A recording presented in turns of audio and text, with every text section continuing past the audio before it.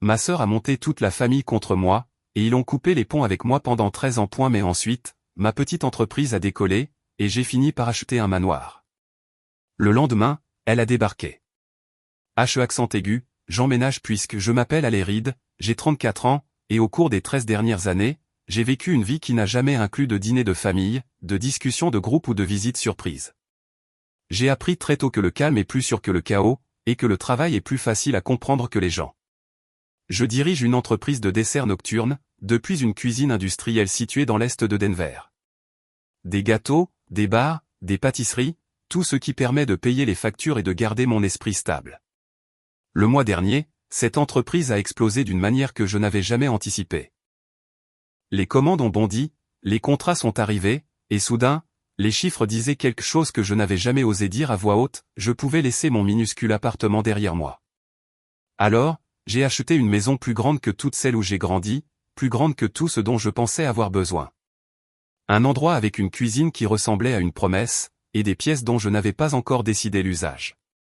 J'ai emménagé avec rien d'autre qu'une chaise pliante, une boîte de cupcakes restant, et le sentiment d'avoir franchi une ligne invisible entre la personne que j'avais été forcé d'être et celle que j'avais construite seule. Pour la première nuit depuis longtemps, tout semblait immobile. Et puis, le lendemain matin, le passé est arrivé sur mon pas de porte. Littéralement. Je ne les avais pas vues depuis 13 ans. Mais elles étaient là, debout devant ma nouvelle porte d'entrée, comme si le fossé entre nous n'avait duré qu'un long week-end au lieu de plus d'une décennie. Elles sont venues avec des bagages, des attentes, et ce genre de confiance que les gens n'ont que lorsqu'ils croient posséder encore un morceau de vous. Ce qui s'est passé quand j'ai entrebâillé la porte est la raison pour laquelle je raconte cette histoire. Avant de vous dire la suite, dites-moi, quelle heure est-il pour vous en ce moment, et d'où regardez-vous ceci? Je suis curieuse de voir jusqu'où cette histoire va voyager. C'est étrange comme les habitudes s'installent tôt dans une famille, sans que personne ne s'en aperçoive. Pour moi, cela a commencé bien avant que je ne comprenne le poids d'être l'aîné.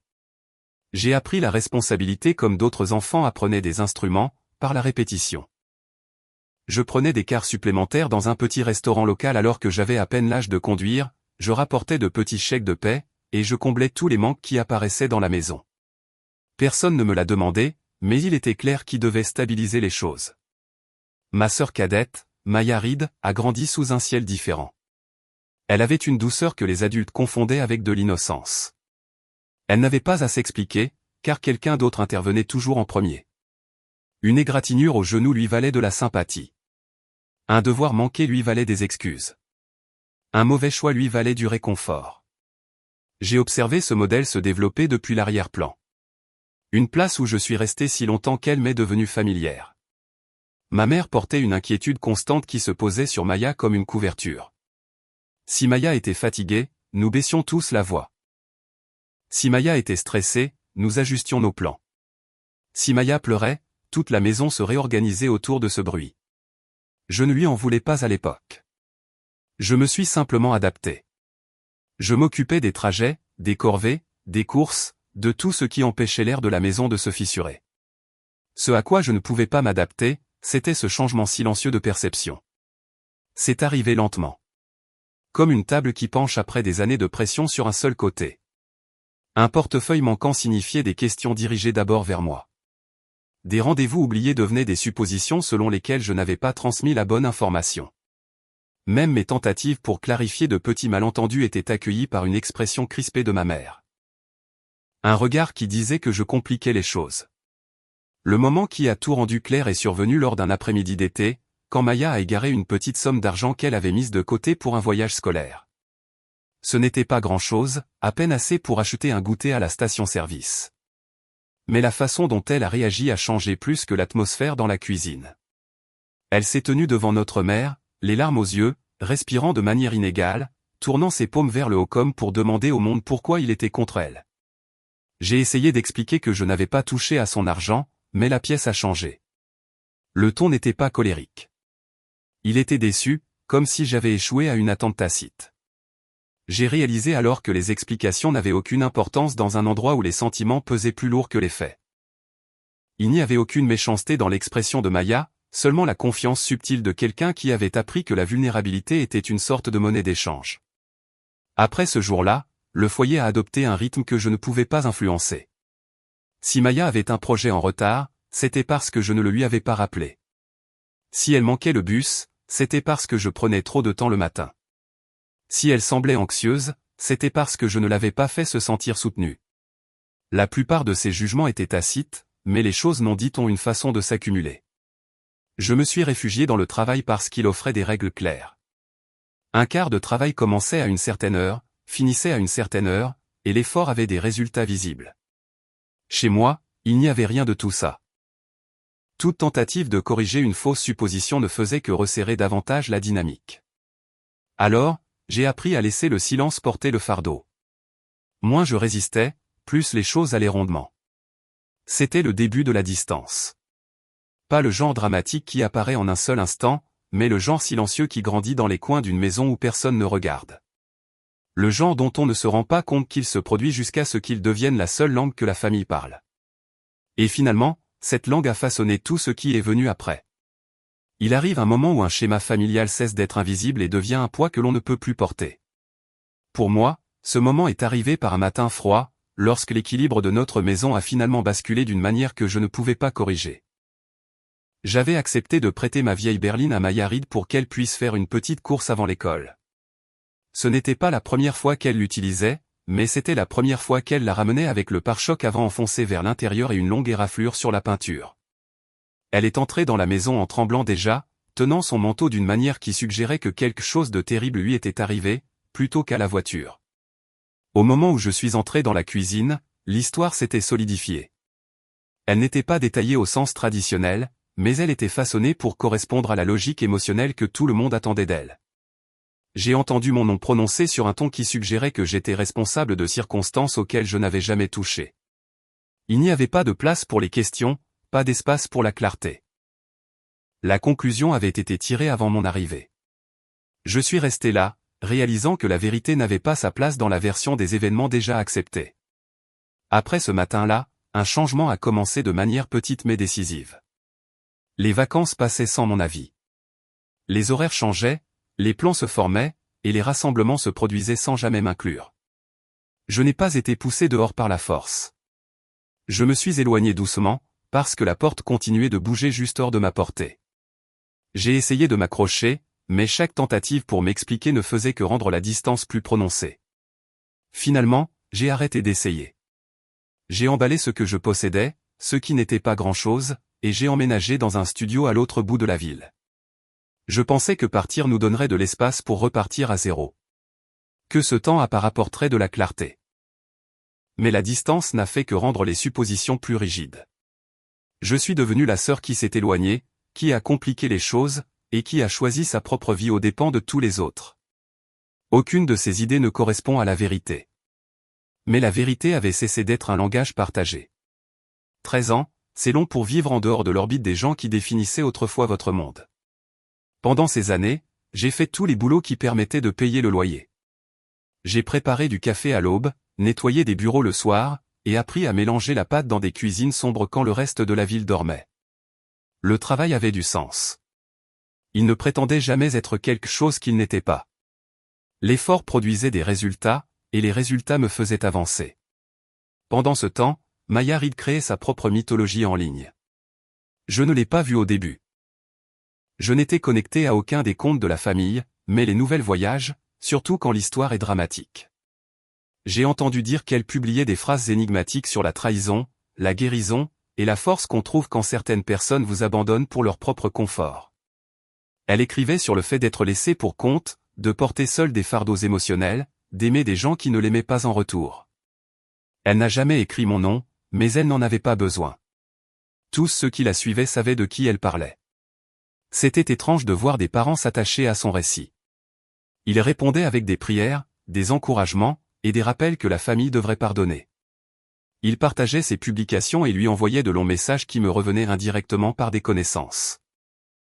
Il était clair qu'ils avaient construit leur propre version de moi, une silhouette méchante créée à partir d'histoires entendues à moitié et de suppositions qui étaient plus faciles à accepter que la vraie personne que je devenais.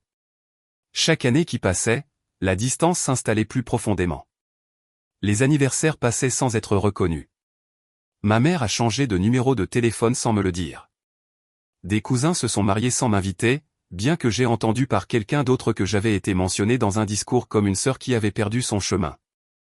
Je n'ai rien corrigé de tout cela. Je n'avais pas l'énergie de réécrire des histoires que les gens ne voulaient pas voir réécrites. Le silence a grandi jusqu'à devenir son propre environnement, prévisible, calme, et étrangement efficace. Et au sein de ce silence, j'ai construit le début d'une vie qui m'appartenait entièrement. La croissance s'annonce rarement. Elle arrive par incréments silencieux qui ne prennent sens que lorsque l'on regarde en arrière. Mon propre tournant a commencé dans le coin d'une cuisine partagée que je louais à l'heure, dans l'est de Denver. Je prenais le créneau de fin de nuit, en partie parce que c'était bon marché et en partie parce que personne d'autre n'en voulait. Ces heures me donnaient de la place pour expérimenter des recettes, enchaîner les fournées, et apprendre sans que personne ne regarde. Au début, mes commandes arrivaient au compte-gouttes par des SMS de collègues et de gens qu'ils connaissaient. 5 boîtes de cookies une semaine, 7 la suivante. Je mesurais mes progrès au nombre d'ingrédients que je devais réapprovisionner, au nombre de fois où la porte du four dégageait une vague de chaleur avant l'aube. Ce n'était pas glamour, mais c'était régulier. La régularité ressemblait à de l'oxygène. Le passage du passe-temps à l'entreprise s'est fait lorsqu'un responsable de bureau local a passé une commande en gros pour un événement d'entreprise. Ce n'était pas massif, mais cela m'obligeait à préparer plus que je n'avais jamais tenté. J'ai passé cette semaine-là à fouetter de la pâte jusqu'à ce que mes mains tremblent, chronométrant chaque plateau avec précision et étiquetant chaque boîte avec un soin qui frisait l'obsession. Lorsque la commande a été livrée, les retours ont été immédiats. Le bureau a rappelé le mois suivant, puis encore 2 semaines après cela. La nouvelle a voyagé rapidement à travers les réseaux de petites entreprises qui comptaient sur des friandises traiteurs pour marquer des célébrations ou adoucir de longues réunions. Les commandes ont doublé, puis triplé. J'ai acheté des bols de mélange plus grands, des conteneurs plus robustes, et un deuxième ensemble de moules à pâtisserie pour ne pas perdre de temps à laver entre les fournées. J'ai commencé à suivre les dépenses et les revenus dans un carnet, calculant ce que je pouvais réinvestir, décidant quand le risque était acceptable. Finalement, la cuisine partagée est devenue insuffisante. J'avais besoin de plus de stockage, plus de réfrigération, plus d'espace pour bouger. Louer une cuisine dédiée était un effort financier, mais c'était aussi la première décision qui ressemblait à un acte de foi en moi-même. La nouvelle cuisine était petite et industrielle, coincée entre un atelier de réparation et un entrepôt. Elle sentait vaguement le métal et le détergent, mais elle était à moi pendant les heures où je la louais, et cela faisait toute la différence. Avec plus d'espace sont venues plus de commandes. J'ai ajouté des bars, des gâteaux et des desserts personnalisés à mon menu. J'ai organisé les livraisons avec un emploi du temps qui m'obligeait à me lever avant le lever du soleil, à réapprovisionner après-midi, et à travailler en soirée. Pour la première fois de ma vie, l'épuisement semblait avoir un but au lieu d'être drainant. J'ai vu des chiffres qui laissaient entrevoir la durabilité. Ce n'était pas la richesse, mais c'était la stabilité, quelque chose que je n'avais jamais connu auparavant. Quand j'ai embauché ma première aide à temps partiel, une étudiante calme qui s'occupait de l'étiquetage et de l'emballage, la charge de travail a enfin semblé gérable. L'entreprise ne reposait plus uniquement sur mes mains. Elle avait une structure, un rythme et un potentiel. J'ai tout documenté. Quantité, variation de coûts, préférence des clients. Je traitais chaque lot comme un pas en avant, même quand ce n'était pas parfait. Le véritable tournant est survenu lorsqu'une chaîne régionale de café m'a contacté après avoir goûté une de mes barres desserts lors d'un événement de réseautage. Ils voulaient des livraisons hebdomadaires sur plusieurs sites. L'ampleur m'intimidait, mais j'ai reconnu l'opportunité que cela offrait. Après avoir négocié un calendrier qui ne compromettrait pas la qualité, j'ai accepté. Le contrat a fourni suffisamment de régularité financière pour que je puisse envisager des plans à long terme que je ne m'étais jamais permis d'imaginer. À mesure que les commandes augmentaient, la compréhension silencieuse que ma vie basculait vers quelque chose de plus ferme, quelque chose avec de l'élan, grandissait aussi. J'ai économisé soigneusement, suivi les profits, réduit les dépenses inutiles et résisté à l'envie de m'agrandir trop vite. Chaque mois qui passait me rapprochait de la stabilité, et la stabilité m'a finalement amené à un endroit que je n'avais pas prévu, la propriété. Quand j'ai visité la maison que j'ai fini par acheter, je n'ai pas vu le luxe. J'ai vu le potentiel. Une cuisine avec un comptoir assez large pour plusieurs plateaux, un salon assez grand pour les réunions d'équipe, et des pièces que je pourrais utiliser pour le stockage ou le calme. Signer les papiers a semblé irréel, non pas à cause de ce que la maison représentait, mais à cause des années qu'il avait fallu pour atteindre ce point. En entrant dans cet espace, j'ai compris que la vie que j'avais construite ne ressemblait plus à celle que j'avais laissée derrière moi. Le matin de leur arrivée a ressemblé à un examen pour lequel je n'avais pas révisé. Je n'étais dans la maison que depuis peu de temps, m'habituant encore au silence qui s'installait dans les couloirs, lorsque le bruit de pneus sur le gravier m'a tiré de ma routine. Un mouvement sur la caméra de sécurité a attiré mon attention, deux silhouettes sortant d'une voiture avec une aisance qui suggérait la familiarité plutôt que la prudence. L'une portait une valise. L'autre scrutait le Porsche comme si elle évaluait ce à quoi elle croyait avoir droit. Les voir sur mon écran après 13 ans semblait irréel. Maya Reed, ma sœur cadette, se déplaçait avec la même confiance exercée qu'elle avait perfectionnée bien avant l'âge adulte, le genre qui venait de la croyance que les règles s'appliquaient à tout le monde sauf à elle. Derrière elle se tenait Evelyn Reed, ma mère, agrippant son pull comme si elle s'attendait à ce que la maison l'accueille de nouveau. Aucune ne semblait incertaine. Aucune n'a hésité. Elles sont venues comme si elles répondaient à une invitation que personne n'avait envoyée. Je ne me suis pas précipité vers la porte. Je les ai observées plus longtemps que nécessaire, assez longtemps pour reconnaître leur posture, leurs suppositions partagées, leur attente que les années de distance plieraient au moment où j'apparaîtrais.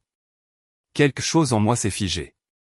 J'ai marché vers la table près de l'entrée, j'ai pris le dossier que j'avais préparé quelques jours plus tôt, et j'ai senti son poids se poser dans ma main comme une promesse que je m'étais faite. Ouvrir la porte seulement légèrement était délibéré. J'ai gardé l'ouverture suffisamment étroite pour garder le contrôle, mais assez large pour éviter tout malentendu. Elle se tenait directement devant moi, assez près pour que je puisse voir la brillance sur les ongles fraîchement faits de Maya et la légère irritation sur le visage de ma mère. Ni l'une ni l'autre ne correspondait à la gravité des années qui s'étaient écoulées. Maya a tendu la main vers la poignée de sa valise avec une certitude décontractée. Elle a orienté son corps vers le seuil, comme si entrer était une formalité pour laquelle elle n'avait pas besoin de ma permission. Ma mère s'est positionnée légèrement derrière elle, comme elle le faisait chaque fois qu'elle s'attendait à ce que j'obtempère sans protester. Pendant un moment, elles ont toutes deux attendu la version de moi qu'elles avaient façonnée, silencieuse, docile, responsable du confort de tous les autres. Au lieu de cela, je suis resté immobile. Le dossier dans ma main est resté fermé, mais sa présence créait une distance invisible qu'elle n'avait pas anticipée. La dynamique a changé. La posture confiante de Maya a vacillé juste assez pour que je le remarque. L'expression de ma mère s'est durcie d'une manière que je reconnaissais d'il y a des années. Le regard qu'elle utilisait lorsqu'elle croyait que l'obligation l'emportait sur l'autonomie. Tenir bon me semblait peu familier et puissant. Je n'ai pas eu recours aux éclats de voix ou aux explications. J'ai laissé les limites parler d'elles-mêmes. J'ai placé le dossier légèrement en avant, sans l'offrir, sans le cacher, reconnaissant simplement qu'il existait. Une licence d'invité, un avis d'interdiction de pénétrer déjà notarié, et un grand livre documentant chaque dépense, chaque dette, chaque manipulation qui m'avait lentement exclu du récit familial. Ces documents représentaient une version de moi-même qui avait enfin appris à écrire les choses au lieu de les porter en silence. L'air entre nous est devenu plus lourd. Maya a déplacé son poids, recalculant la situation. Les yeux de ma mère sont passés de moi au dossier, puis à l'étroit espace de la porte ouverte, comme si elle réalisait que la maison dans laquelle elle supposait pouvoir entrer n'était plus une extension de son autorité. Je n'ai ressenti aucune urgence à combler le silence. Ce n'était pas ma responsabilité d'apaiser leur inconfort. Elles attendaient une permission. Je ne l'ai pas donnée. Je n'ai pas élevé la voix ni répété ce que les documents rendaient déjà clair. La limite existait, qu'elles l'acceptent ou non. Finalement, j'ai reculé, non pas pour les inviter à entrer, mais pour poser le dossier sur la petite console derrière moi. Je l'ai positionné délibérément, un rappel que chaque décision à l'avenir serait écrite, mesurée et choisie par moi seul. Le moment est resté stable, ininterrompu, chacune de nous comprenant ce que les années de séparation avaient changé. Au moment où la porte s'est finalement refermée derrière elle, la maison semblait différente. Pas plus silencieuse. Le calme était ma norme depuis des années, mais défini, comme si les murs eux-mêmes comprenaient la limite que j'avais tracée. Je suis resté là plus longtemps que nécessaire, laissant l'adrénaline retomber avant de retourner à la cuisine. Il n'a pas fallu longtemps pour que mon téléphone vibre. Le timing était prévisible, presque répété, comme la façon dont les ennuis voyageaient toujours par les mêmes canaux. Les premières alertes provenaient de cousins à qui je n'avais pas parlé depuis plus d'une décennie. Des captures d'écran de publication apparaissaient en succession rapide. Je n'ai pas ouvert les messages, mais les aperçus suffisaient à rendre leur intention claire. Maya n'avait pas perdu de temps pour remodeler le récit. Des photos de mon Porsche étaient accompagnées de légendes qui cadraient son arrivée comme un acte d'espoir et mon refus comme de la cruauté. Elle comprenait la scène numérique aussi bien qu'elle avait compris le paysage émotionnel de notre famille. La sympathie affluait vers elle avec une vitesse familière. Je n'ai pas répondu. M'engager m'aurait ramené dans le scénario qu'elle contrôlait depuis des années. Au lieu de cela, j'ai ouvert mon ordinateur portable, rédigé un court email et l'ai envoyé aux proches, utilisant toujours les mêmes adresses qu'avant. Ce n'était pas une explication. Ce n'était pas une supplique. C'était une limite écrite clairement, communication limitée aux emails, pas de discussion impliquant de l'argent ou un logement, pas d'accusations ou de pics émotionnels.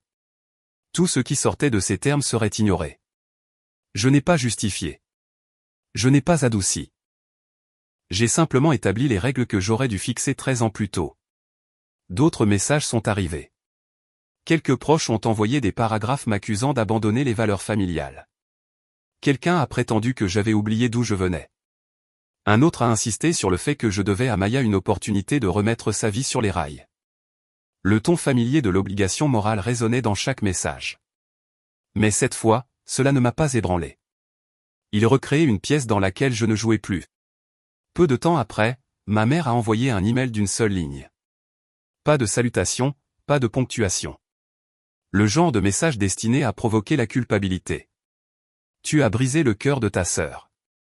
Il portait le même poids sur lequel elle s'était toujours appuyée. De la culpabilité déguisée en inquiétude. De l'obligation présentée comme de la moralité. J'ai fermé l'email sans répondre. Plus tard dans la soirée, quand j'ai vu son nom apparaître à nouveau dans ma boîte de réception, je n'ai rien ressenti de tranchant. Juste une reconnaissance tranquille des schémas qu'elle croyait encore pouvoir utiliser pour m'influencer.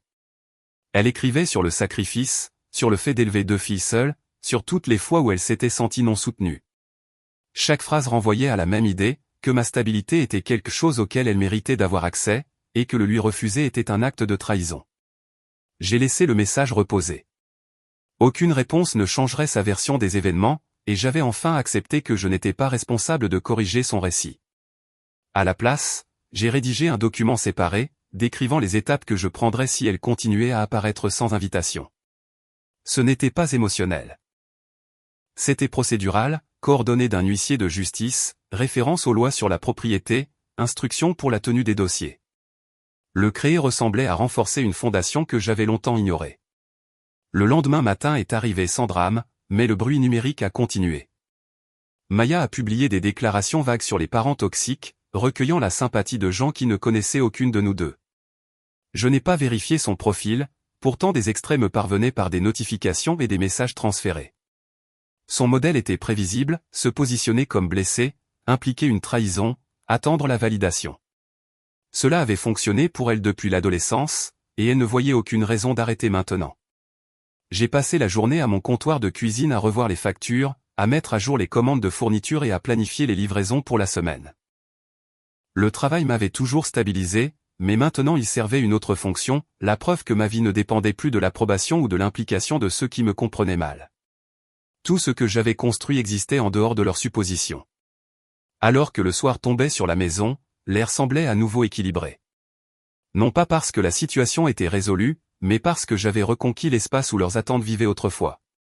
Les documents sur ma console restaient intacts, attendant le moment où ils pourraient être nécessaires. Je n'espérais pas qu'ils soient inutiles. L'espoir n'avait rien à voir là-dedans. Ce qui comptait, c'était la préparation. Le temps a une façon de tester les limites bien après le jour où vous les tracez. Pour moi, le vrai test est venu tranquillement, pas dans une confrontation dramatique, mais dans la façon dont ma vie a gardé sa forme après que j'ai choisi de ne pas ouvrir la porte. Les matins commençaient toujours par des listes de production et des itinéraires de livraison. Mon personnel attendait toujours des instructions claires. Le four avait toujours besoin de préchauffage. Les mélangeurs avaient toujours besoin d'être raclés. Les factures devaient toujours être payées. Rien ne s'est effondré quand j'ai cessé de laisser le chaos de ma famille déteindre sur mon emploi du temps. Le monde est resté debout sans leur présence constante. Et cette stabilité m'en disait plus que n'importe quelle excuse ne le pourrait jamais. Environ 3 mois après leur apparition sur mon Porsche, le bruit autour d'elles a commencé à s'estomper. Les captures d'écran frénétiques des proches ont ralenti jusqu'au compte-gouttes. Les publications émotionnelles qui avaient été partagées et repartagées ont perdu de leur élan. Puis, un email de Maya est arrivé. Court et étrangement pratique. La ligne d'objet mentionnait le travail, pas le chagrin. Le corps du message demandait si je connaissais des endroits qui embauchaient pour des cars flexibles. Il n'y avait pas d'accusation cachée entre les lignes, pas de tentative de rouvrir de vieilles blessures. Je ne l'ai pas invité dans ma boulangerie. Au lieu de cela, j'ai répondu avec une simple liste d'agences et de magasins locaux que je savais en train d'embaucher, puis je suis retourné à mes feuilles de calcul sans attendre de voir ce qu'elles feraient de l'information. Quelques semaines plus tard, un autre message est apparu, cette fois sans aucun texte, juste une simple photo jointe. Maya debout dans un uniforme simple, un badge d'employé accroché à sa chemise, les lumières fluorescentes projetant ce genre de lueur fatiguée que l'on ne reçoit que des emplois de service. C'était la première image que je voyais d'elle où elle n'était pas cadrée comme le centre d'une tragédie. J'ai enregistré le fichier dans un dossier sur mon ordinateur et je l'ai laissé là. Je ne l'ai pas traité comme une preuve qu'elle était devenue une personne différente. Je l'ai laissé comme une preuve silencieuse que quels que soient les changements qu'elle choisissait de faire à partir de ce point, ils étaient sa responsabilité, et non le résultat de mon intervention pour la sauver. Vers le 6e mois, ma mère m'a contacté à nouveau, cette fois avec un message qui semblait dépouillé de toute performance. Elle a demandé si elle pouvait voir la maison une fois. Pas de sermon, pas de liste de sacrifices attachés, juste une demande simple. J'ai répondu avec des termes clairs, un jour précis, une heure précise, elle seule. Quand elle est arrivée, elle a traversé les pièces avec l'attention prudente de quelqu'un qui se déplace dans un endroit qu'il ne sait pas tout à fait comment classer. Elle a remarqué le garde-manger organisé, les plaques de cuisson alignées, l'absence de désordre qui avait autrefois avalé chaque surface plane de la maison que nous partagions. Nous nous sommes assises à la table de la cuisine pendant qu'elle commentait de petites choses pratiques, la solidité des chaises, la profondeur de l'évier, le fait que j'avais assez d'assiettes pour une table pleine de gens qui avaient réellement choisi d'être là. Elle n'a pas mentionné les années de silence. Je n'ai pas demandé d'explication. Nous avons toutes deux compris qu'aucune combinaison de mots ne pouvait défaire le schéma qui avait fait de moi le problème et de Maya l'histoire. Ce que nous avions à la place était un bref moment de distance honnête, deux adultes occupant des vies séparées, se rencontrant dans un endroit qui appartenait entièrement à l'une d'elles. Quand elle est partie, elle s'est arrêtée, la main posée légèrement sur le cadre de la porte. Ce n'était ni une revendication ni une bénédiction. Cela ressemblait plus à une petite reconnaissance réticente que l'autorité qu'elle supposait autrefois sur mon espace avait tranquillement expiré. Le temps a fait ce qu'il fait toujours, il a continué. Près d'un an après avoir signé les papiers de clôture, j'ai entendu par une connaissance commune, et non par la famille, que Maya avait été promue à un poste de superviseur de car. La nouvelle a été présentée nonchalamment, comme n'importe quelle autre mise à jour professionnelle. Sa présence en ligne avait changé, aussi. Ou du moins, c'est ce qu'on m'a dit. Moins de publications vagues sur la trahison, plus de blagues fatiguées sur les quarts tardifs et la survie à la caféine. L'histoire qu'elle nourrissait au monde ne tournait plus entièrement autour du fait d'avoir été lésée. Que son récit privé à mon sujet se soit adouci ou durci était quelque chose que j'ai choisi de ne pas surveiller. Ce n'était plus mon travail de suivre sa version des événements. À travers tout cela, je suis resté en dehors de leur orbite. Je n'ai pas repris le rôle de réparatrice silencieuse, de soutien financier ou d'éponge émotionnelle. Dans les rares occasions où j'ai choisi d'aider, je l'ai fait comme je gère toute décision commerciale, spécifiquement, intentionnellement, avec des limites. Couvrir une facture clairement définie, envoyer des informations qui pouvaient être utilisées ou ignorées, et rien au-delà de ça.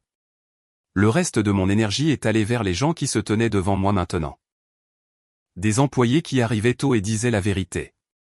Des voisins qui demandaient comment j'allais sans chercher les potins.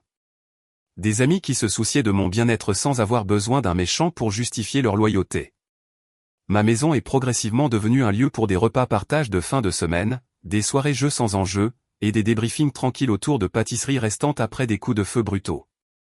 Les pièces qui résonnaient autrefois d'absence se sont remplies d'un genre de rire qui ne m'obligeait pas à rétrécir ou à absorber les dommages pour être autorisé dans la pièce. Le dossier de documents près de l'entrée est resté là où je l'avais laissé, prêt mais intact.